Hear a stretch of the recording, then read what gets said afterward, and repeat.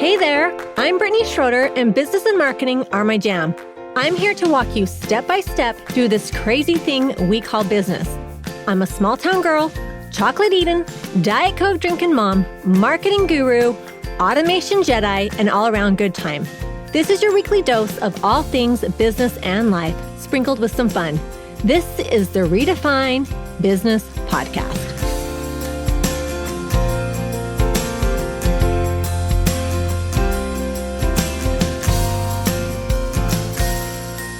Welcome to another episode of Redefine Business Podcast. I cannot believe we are wrapping up this year. It seems like just yesterday it was January and we were starting a new year, and now we are just finishing off 2025. I hope that it's been a good year for everybody.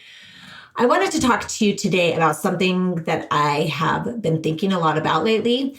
I've always believed in the power of service. It's not glamorous, it's not loud, but it really has a way of grounding you, humbling you, and reminding you that even on the worst days, someone out there has it harder than you. Maybe it's self-serving, I don't know, but helping others has always made me feel connected to people, to purpose, and just to something bigger than myself.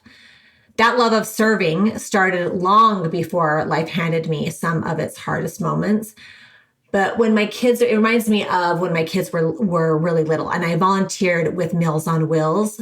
I did this for 6 years, and I would strap them into the stroller. I'd load the meals into the basket underneath, and I would walk door to door delivering food to elderly individuals. Sometimes I felt like a circus act, balancing babies and bags and hot meals, but the experience became a teacher for me and hopefully for my kids. Every visit taught the same lesson. Life can always be harder. So choose compassion where you can.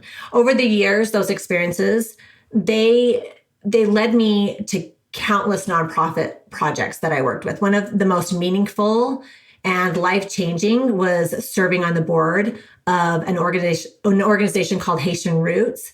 This nonprofit is focused on providing education for kids in Haiti. I traveled to Haiti every single year, and it was my camera that took me there. I was photographing kids, and I also was there helping raise funds so that these kids could go to school. So I was photographing them, and then we would look for people to sponsor them so that they could go to school. Those trips to Haiti shifted something in me. When you see a child's entire future hinge on whether they can attend school, you just don't come home the same. You come home more grateful, more aware, and more determined to just keep showing up for others. But nothing really prepared me for 2017. That year, my 14-year-old son, Gage, passed away. And there are no tidy words for that kind of loss.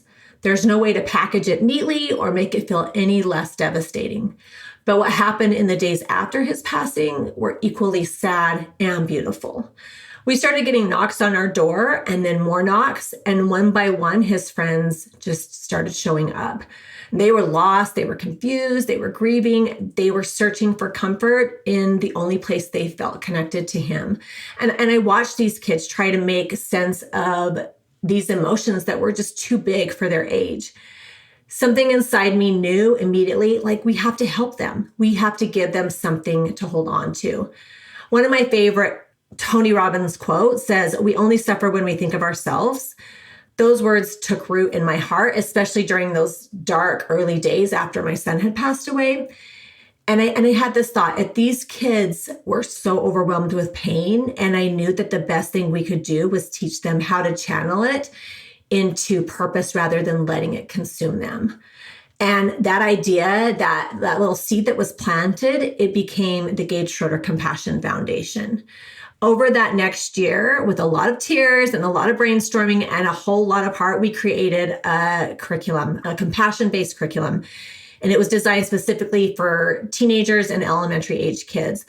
The curriculum included lessons and quotes and activities that build character, they encourage service, and they just give an outlet to connect, contribute, and to heal. And it became the blueprint for starting the compassion clubs in schools.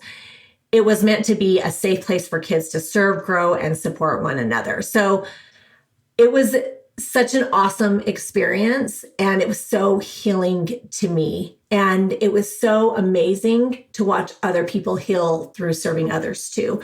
Over the last 8 years, we've helped start compassion clubs across the United States, and we have awarded nearly $80,000 in scholarships.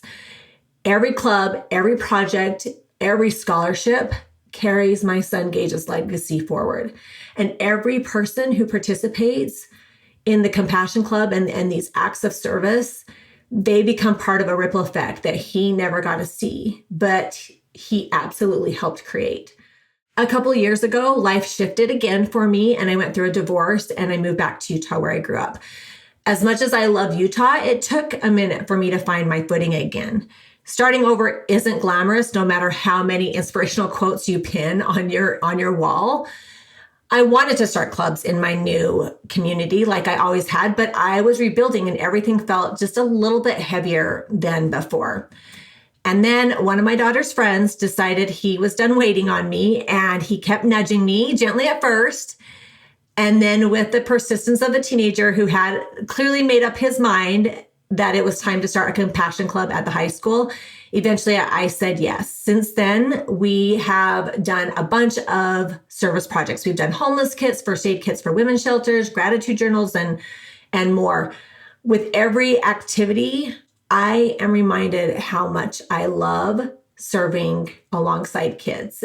Teenagers get this bad reputation sometimes, but when they serve, they are powerful and they're thoughtful and they're full of heart. And they carry this kind of raw honesty that adults often lose along the way. And I love it. And I love to be a part of it. What they probably don't realize, these teenagers, is how much they help me. Being around them, it reminds me of Gage. It reminds me of what mattered to him and what continues to matter to me. And that's compassion and connection. Serving with these kids doesn't just strengthen them, it really helps me heal. This time of year, it brings gratitude to the forefront. We're all talking about gratitude because of the holidays. Everywhere you look, you're reminded to be thankful, to give back, to slow down, to help others. And it's beautiful. But a lot of times I wish we carried this energy with us all year long. The world changes when compassion isn't seasonal, right? As we close out this year and step into a new one, my hope is simple. Don't get so swept up in the hustle of business and life that you forget the power of small acts of service. Look for opportunities, big or small, to lighten someone else's load. Smile at the person who looks overwhelmed. Donate if you can. Volunteer when possible. Teach your kids by example. And most importantly, let your personal values spill over into your work, your business, and your everyday routines. The Gage Schroeder Compassion Foundation, it was born out of heartbreak, but it's grown into something so beautiful and something healing, something hopeful, something that continues to change lives, just one simple act of service at a time. And if there's one thing I know for sure, it's this: compassion doesn't cure everything, but it makes everything more bearable. Here's to carrying it with us, not just during the holidays, but every single day. I hope you have a great holiday and really soak it in and enjoy it. And I will see you guys next time. Let's not stop the party here. Head on over to my Instagram or Facebook group, Redefine Your Business, and let me know your thoughts about today's show. I will see you again, same time, same place, next week.